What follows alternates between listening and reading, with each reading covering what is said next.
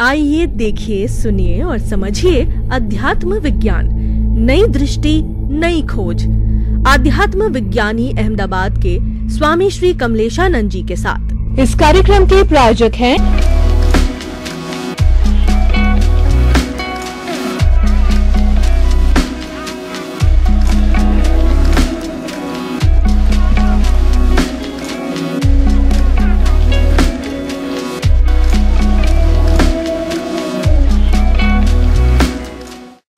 भाई और बहनों, दर्शकगण, श्रोतागण, मातृशक्ति को नमन। हम बड़े सौभाग्यशाली हैं कि आज हमारे बीच विश्वविख्यात कई देशों के अंदर सनातन सत्य, कुदरत, कुदरती रचना, कुदरत के कानून को बताने वाले और लोगों को इसकी पूरी जानकारी देकर सनातन सत्य बताने वाले, ताकि कि लोगों को शाश्वत सुख मिले, ऐसी भावना लेकर गांव-गांव, शहर-शहर, डगर-डगर, संस्थाओं में, सभी में घूमते रहते हैं और लोगों को ये सनातन सत्य का ज्ञान देते हैं, जगत कल्याण कहते हैं। ऐसे स्वामी श्री कमलेशानंद जी सौभाग्य से, हमारे पुण्योदय से हमारे बीच में पधारे हैं। स्वामी जी, सभी श्रोताओं की तरफ से आपका बहुत बहुत धन्यवाद, कृतज्ञता। जय सच्चिदानंद। स्वामी जी, आप एक बात पर काफ़ी स्ट्रेस करते हैं, काफ़ी जोर देते हैं, सनातन सत्य, कुदरत, कुदरती रचना और कुदरत का कानून। परंतु अध्यात्म विज्ञान में भी बहुत सी चीज़ें हैं जिनके बारे में बताया जाता है। तो ये क्या राज है कि इसी बात पर आप ज़्यादा जोर देते हैं और बहुत सी बातें बताते हैं, लेकिन इस बात पर बहुत ज़्यादा जोर देते हैं आप, ताकि कि लोग इसके बारे में पूरी जानकारी कर ले। तो इसके पीछे क्या राज है, इसके पीछे आपका क्या आशय है कि इस पर आप अधिक ध्यान दे रहे हैं? जी, ये बहुत सरल बातें हैं। भारतवर्ष के अंदर हमारे ऋषि मुनियों ने और हमारे पूर्वजों ने ये दुनिया को ही देखने की, समझने की कोशिश किया था। जो जंगलों में चले जाते थे और जंगलों में जाकर कुदरत को देखते हैं, कुदरत को समझने की कोशिश करते हैं, ब्रह्मांड को समझने की कोशिश करते हैं, ब्रह्मांड के रहस्यों को समझने की कोशिश करते थे। सूर्य है, चंद्र है, क्या है, उनके साथ ये ग्रह नक्षत्र क्या है, इनका पृथ्वी के साथ क्या संबंध है, इनका इंसानों के जीवन के साथ क्या कनेक्शन है, यही वो जानना चाहते थे और जान रहे थे। एस्ट्रोलॉजी भी तो उसके ऊपर बनी हुई है पूरी। तो बात ये थी, सिंपल बात ये थी कि जब पूरा ब्रह्मांड 6 तत्वों से बना है, इसका एक नाम है कुदरत, और 6 तत्व है चेतन, जड़, गति सहायक, स्थिति सहायक, टाइम एंड स्पेस। ये 6 तत्व का एक नाम है कुदरत। इंसान को समझ में नहीं आया तो उन्होंने कहा ये भगवान ने दुनिया बनाई। हालांकि 6 तत्वों से बनी हुई है। दुनिया जड़ है, आत्मा चेतन है। दुनिया चेतन नहीं है, जड़ है और मैकेनिकल चलती है। मैकेनिकल मतलब मैकेनिकल और सिस्टमेटिक, रैंडम नहीं चलती है, इसीलिए उसको लॉ ऑफ नेचर का कंट्रोल बोलते हैं। तो ये कुदरत जो है वो 6 तत्वों से बनी है दुनिया पूरी। ये जो ब्रह्मांड में जितनी अवस्था दिखती है वो भी 6 तत्वों की ही अवस्था है, और हमारा मन वचन काया है वो भी 6 तत्वों से चलता है। तो कुदरत को ही नहीं मानना, नहीं समझना, इससे बड़ा अज्ञान इंसान के पास क्या हो सकता है, क्योंकि बिगिनिंग और एंड तक वही तो है। दूसरी बात, ये दुनिया जो चलती है 6 तत्वों से तो बनी है, मगर चलती है कुदरती कानून से, किसी की मर्जी से नहीं चलती है। दिन होना, रात होना, ठंडी होना, गर्मी होना, बारिश होना, भरती ओट होना, और कर्म और कर्म का फल मिलना, यही तो कुदरत का काम है। हम अपने जीवन में जो भी घटनाएं पैदा होते ही और मृत्यु तक जो हो रही है हमको नहीं मालूम, कि कब क्या होने वाला है, मगर कुदरत हमको संजोग देती है हमारे कर्मों के मुताबिक। तो आखिर हमारे जीवन में कुदरत के अलावा क्या है? अगर हम ये कानून नहीं मानेंगे तो निश्चित रूप से हम कानून तोड़ेंगे और कुदरत हमको पनिशमेंट करेगी। जब कुदरत कहती है हमने किसी को श्वास लेने तक की भी फ्रीडम नहीं दिया है, तो आप अपनी मर्जी से अपना मन वचन काया कैसे चलाओगे? मगर इंसान मानता है मैं सोचता हूँ, मैं बोलता हूँ, मैं करता हूँ। या तो सामने वाला बोलता है, सामने वाला सोचता है, सामने वाला क्रिया करता है। यही तो अज्ञानता है। ये सब कुदरत करवाता है, मगर हम मानते हैं हम करते हैं या तो सामने वाला करता है। बस यही अज्ञानता है। दूसरी बात ये कहती है कुदरत कि जब तुम पैदा होते हैं तो दुनिया में कोई भी व्यक्ति कुछ भी नहीं लाएगा, और जब मर जाएगा तो कुछ भी ले नहीं जाएगा। भाई इसका रहस्य क्या है? तो कुदरत साहब बोलती थी कि ये दुनिया की हर चीज़ें, आपका जो शरीर है जो पंच महाभूतों का बना है वो भी मेरा था, मेरा है और मेरा रहेगा। उसके अलावा गोल्ड सिल्वर डायमंड कहो, उसके अलावा मकान मिलकत साधन मशीनरी सब गिनो, कुदरत का था, मेरा है और मेरे पास ही रहेगा। कोई भी फॉर्म में, अवस्था के फॉर्म में, टूटा फूटा फॉर्म में या रॉ मटेरियल फॉर्म में, मेरा ही था और मेरे पास ही रहेगा। आप तो सिर्फ इनके यूज़र हो सकते हैं, ओनर कभी नहीं बन सकते, क्योंकि न लाते हैं न ले जाएंगे। तो फिर आप क्या हैं? ओनली यूज़र है, मगर आप ओनर बन जाते हैं। कुछ कर सकते नहीं हैं, आप कर्ता भाव से जीवन जीते हैं, सामने वाले को भी कर्ता भाव से देखते हैं, अपने मन वचन काया को भी कर्ता भाव से देखते हैं। यही तो अज्ञान है। क्यों ये अज्ञान है? क्योंकि हम कुदरत का कानून, कुदरत और कुदरती रचना को नहीं समझते हैं। आखिर हमारा पूरा जन्म से मौत तक का पूरा जीवन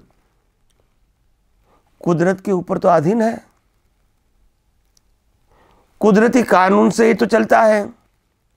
हम अपने जीवन में अपनी मर्जी से न सोच सकते हैं, न बोल सकते हैं, न क्रिया कर सकते हैं और न ही अवस्थाओं का निर्माण कर सकते हैं। सब कुछ कुदरत करवाती है। तो एज अ मन वचन काया, एज अ शरीर, we are the only instrument to create by the nature, to operate by the nature and to destroy by the nature. तो हर अवस्था जब कुदरत की ही है, कुदरत ही चलाती है, और हम इसको ही न जानते हैं न मानते हैं। इससे बड़ा अज्ञान इंसान के अंदर कौन सा हो सकता है? तुम राम को न मानो, वो कुदरती कानून के कोई कंसर्न नहीं है, वो धार्मिक बातें हैं। तुम कोई शुभ क्रिया करो या ना करो, कुदरत से कोई मतलब नहीं है। तुम चोरी करो या दान दो, कुदरत से कोई मतलब नहीं है। तुम किसी को जन्म दो और किसी को मार दो, कुदरत से कोई मतलब नहीं है। ये पनिशमेंट कुदरत नहीं करती है, क्योंकि कुदरत कहती है आप जो कुछ भी करोगे न, संजोग मैं ही देता हूँ। So you are not responsible. किसी को जन्म देना तब भी जिम्मेदार नहीं है, और कहीं व्यक्तियों को मार देना तब भी जिम्मेदार नहीं है, क्योंकि हर संजोग मैं प्रोवाइड करता हूँ। क्यों करता हूँ? आपके कर्मों के फलस्वरूप। तो कर्मों के फलस्वरूप शरीर मिलता है, संजोग मिलता है और क्रिया होती है। उसमें तुम जिम्मेदार कैसे हो सकते हैं? मगर आप कहते हैं मैंने किया, आपने किया, मेरा है, तेरा है, तब तो कुदरत कहती है फिर आप जिम्मेदार रहोगे ही। बात ये है। तो हम जब सनातन सत्य का मतलब होता है it's a universal truth, it is not subject to any religion, it is not subject to any social, it is a fact of universe. ये सोशल भी नहीं है और रिलीजियस भी नहीं है, क्योंकि ये तो depend on circumstances, depend on society and depend on सभी प्रकार के समय अनुसार, काल अनुसार। सतयुग में अलग होता है, कलयुग में अलग होता है, धर्म भी और सामाजिक व्यवस्था भी। तो ये कुदरत के अंदर मायना नहीं रखता है। कुदरत के अंदर मायना ये रखता है तुम गलती करोगे, कौन सी गलती? क्रिया की नहीं, भाषा की नहीं, विचारों की नहीं, भाव की गलती करोगे, कुदरत आपको संजोग देंगे। भाव की गलती क्यों होती है? कर्तापद और मालिकीपन। और कुदरत कहती है तुम कोई चीज़ के न कर्ता हो न मालिक हो, न तुम हो न और कोई हो सकता है। मगर अज्ञानता के बस हम डूअरशिप और ओनरशिप अपनी दृष्टि में सेट करके, राग द्वेष करके नए कर्म बनाते हैं और फिर उसके भुगतान भी कुदरत हमको देती है। तो साइकिल ऑफ रीबर्थ जो है वो अज्ञानता की वजह से। मगर लोग क्या कहते हैं? हम इसको अज्ञान कहते हैं कि भाई हम धर्म को, भगवान को नहीं मानते हैं, मंदिर नहीं जाते हैं, धार्मिक क्रिया नहीं करते, तप जप नहीं करते हैं, मंत्र नहीं बोलते हैं, माला नहीं गिनते हैं, किसी को दान नहीं देते हैं, सामाजिक कार्य नहीं करते, इसको हम अज्ञान मानते हैं। तो कुदरत की भाषा में यह अज्ञान नहीं है। धर्म की भाषा में, सामाजिक भाषा में वो अज्ञान हो सकता है, कुदरत की भाषा में अज्ञान नहीं है। और वो ये अज्ञान का कर्म फल भी नहीं मिलता है। कौन से अज्ञान का कर्म फल मिलता है? आप हर अवस्था को कुदरती रचना के रूप में न देख के उसमें कर्ता भाव और मालिकी भाव करते हो, अपने लिए या तो दूसरों के लिए, व्यक्ति के लिए, वस्तु के लिए। कर्ता भाव मालिकी भाव करते रहोगे, कर्म बनते ही रहेंगे। तो आखिर इस दुनिया में सबसे बड़ा अज्ञान कौन सा है जिसके आधार से हम अपनी अनंत शक्ति जो है, अनंत सुख है और शाश्वत स्वभाव है, वो हम क्यों खुला कर नहीं कर पाते हैं? तो कौन सा अज्ञान से? हम कुदरत को ही नहीं मानते हैं, कुदरत को ही नहीं जानते हैं, कुदरती कानून को ही नहीं जानते हैं, और जो हमारा नहीं है इसको हमारा मानते हैं, और जो हम नहीं कर सकते उसको हम करते मानते। यही सबसे बड़ी अज्ञानता है जिसकी पनिशमेंट हमको कुदरत देती है। तो इसीलिए आध्यात्म विज्ञान यही बात करना चाहते हैं, आखिर यह दुनिया का सनातन सत्य, जो भी व्यक्ति को इस संसार से मुक्ति पाना है, सनातन सुख का अनुभव करना है, जन्म मरण से मुक्ति पाना है, अज्ञानता को मिटाना है, तो उनको यही कुदरत, कुदरती कानून और कुदरती रचना को यथार्थ फॉर्म में समझना पड़ेगा, दृष्टि से उनका उपयोग करना पड़ेगा और मुक्तता की अनुभूति भी करना पड़ेगा। यही रास्ता है अज्ञान मिटा के अपने स्वस्वरूप की अनुभूति की ओर आगे बढ़ना। बहुत बहुत धन्यवाद स्वामी जी। कुदरत को इतनी सरलता से स्पष्ट करने के लिए, कुदरत सुप्रीम है, कुदरत सबकी माँ है, कुदरत सबको जन्म देने वाली है, सबको आसरा देने वाली है, सहारा देने वाली है, कुदरत के ऊपर कोई नहीं है। तो कुदरत, कुदरती रचना और कुदरत के कानून को न जानना या उसके विरुद्ध जाकर के अपने आप को या किसी अन्य को कर्ता समझना, ये सबसे बड़ा ज्ञान है। यानी जिसने कुदरत आपके अनुसार, अध्यात्म विज्ञान के अनुसार, जिसने कुदरत, कुदरती कानून और कुदरती रचना को समझ समझ लीजिए वो मुक्ति की ओर उसने प्रयाण कर लिया। क्योंकि मुक्त होने वाला प्रभु जो भीतर बैठा है वो तो मुक्ति है, और वो इसीलिए बंधा हुआ है कि आप उस कानून को अच्छी तरह से अनुभव नहीं कर रहे हो, जान नहीं रहे हो। बहुत बहुत धन्यवाद स्वामी जी। आपके इस कुदरत की परिभाषा से और कुदरत की सुप्रीमता से एक बात समझ में आई, उससे इस प्रश्न निकल रहा है कि ये सारी कुदरत है वो जड़ और चेतन से बनी हुई है, और ये जड़ और चेतन है आपस में मिश्रण होता है, और चेतन भी जो है शाश्वत है और जड़ भी शाश्वत है। तो कृपया ये जड़ और चेतन का जो भेद है कि इन जड़ और चेतन क्या है और इनका जो है क्या लक्षण है और इनके जो है किस तरीके से आपस के अंदर संबंध होता है और क्यों होता है, जबकि दोनों एक दूसरे से विपरीत है, दोनों का जो है वो लक्षण अलग अलग है। और क्यों आवश्यकता पड़ती है, और जब दोनों का मिलन होता है, दोनों आपस में जुड़ते हैं, तो तीसरा फैक्टर, तीसरी चीज़ क्या पैदा होती है, और जड़ चेतन और इसके मिश्रण से ये सारी चीज़ को आप स्पष्ट कीजिए, ताकि हमारे सारे श्रोताओं को इससे जुड़ी हुई बातों से, कुदरत के बारे में अच्छी तरह से स्पष्टता हो जाए। जी जी, सच्चिदानंद, सबसे पहली बात यह है कि ये जो कुदरत है वो क्या करती है हमारे जीवन में। सब कुछ कुदरत करती है, मगर हमको क्यों उसको समझना पड़ता है, क्यों इसको इम्पोर्टेंट देना पड़ता है? क्योंकि हमारे जीवन में जो कुछ भी हो रहा है उसका टोटल कंट्रोल कुदरत का है, मगर हम समझते हैं कि हम इसको इम्पोर्टेंट देते हैं। तो ये जड़ और चेतन को मिलने से कैसे ये संयोग बनते हैं? तो चेतन के पास ज्ञान है, जड़ के पास क्रिया है। तो प्रोसेस जड़ में होती है और ज्ञान आत्मा का स्वभाव है, और दोनों को मिलने से जो ज्ञान स्वभाव है वो जड़ की अवस्था को स्वीकार करता है, देखता है, जानता है, उसमें बाद में सम्मोहित हो जाता है, और इसको प्राप्त करने की और उसको अच्छा बुरा दृष्टि से देखने की वो प्रयास करता है, और वहाँ से राग द्वेष शुरू हो जाता है। क्योंकि ज्ञान तो आत्मा का स्वभाव है, जड़ का स्वभाव नहीं है। जड़ का स्वभाव तो है अवस्था और परिवर्तनशील होना, अवस्था को बनाना और परिवर्तनशील होना। यानी फिर अवस्था धीरे धीरे क्या हो जाती है, खत्म हो जाती है। पहले बनती है और फिर खत्म हो जाती है।